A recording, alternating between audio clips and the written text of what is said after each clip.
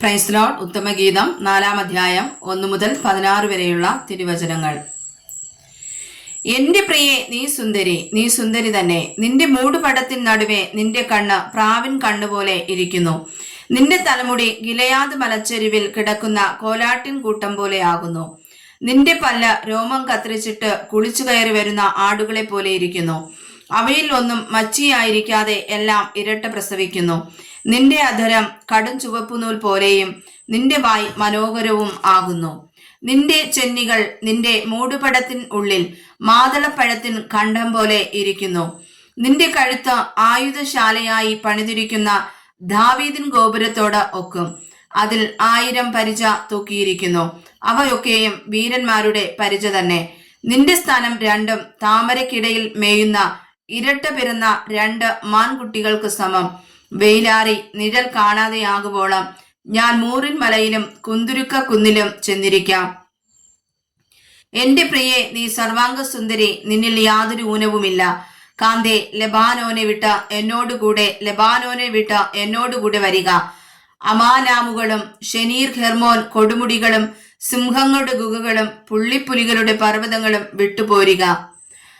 എന്റെ സഹോദരി, എന്റെ കാന്തേ, നീ എന്റെ ഹൃദയത്തെ അപഹരിച്ചിരിക്കുന്നു. ഒരു നോട്ടം കൊണ്ടും കഴുത്തിലെ മാല കൊണ്ടും നീ എന്റെ ഹൃദയത്തെ അപഹരിച്ചിരിക്കുന്നു. എന്റെ സഹോദരി, എന്റെ കാന്തേ, നിന്റെ പ്രേമം എത്ര മനോഹരം! വീഞ്ഞിനേക്കാൾ നിന്റെ പ്രേമവും സകലവിധ സുഗന്ധവർക്കത്തേക്കാൾ നിന്റെ തൈലത്തിന്റെ പരിമളവും എത്ര രസകരം! അല്ലയോ കാന്തേ, നിന്റെ അധരം തേൻകട്ട പൊഴിക്കുന്നു. നിന്റെ നാവിൻ കീഴിൽ തേനും പാലുമുണ്ട്. നിന്റെ വസ്ത്രത്തിന്റെ വാസന ലെബാനോന്റെ വാസന പോലെ ഇരിക്കുന്നു.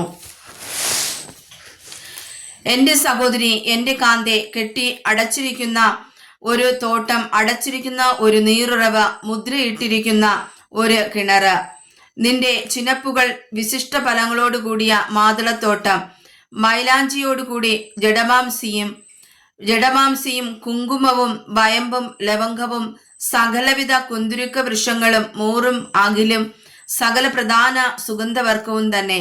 നീ തോട്ടങ്ങൾക്ക് ഒരു നീറുറവും വറ്റിപ്പോകാത്ത കിണറും ലെബാനോനിൽ നിന്ന് ഒഴുകുന്ന ഒഴുക്കുകളും തന്നെ.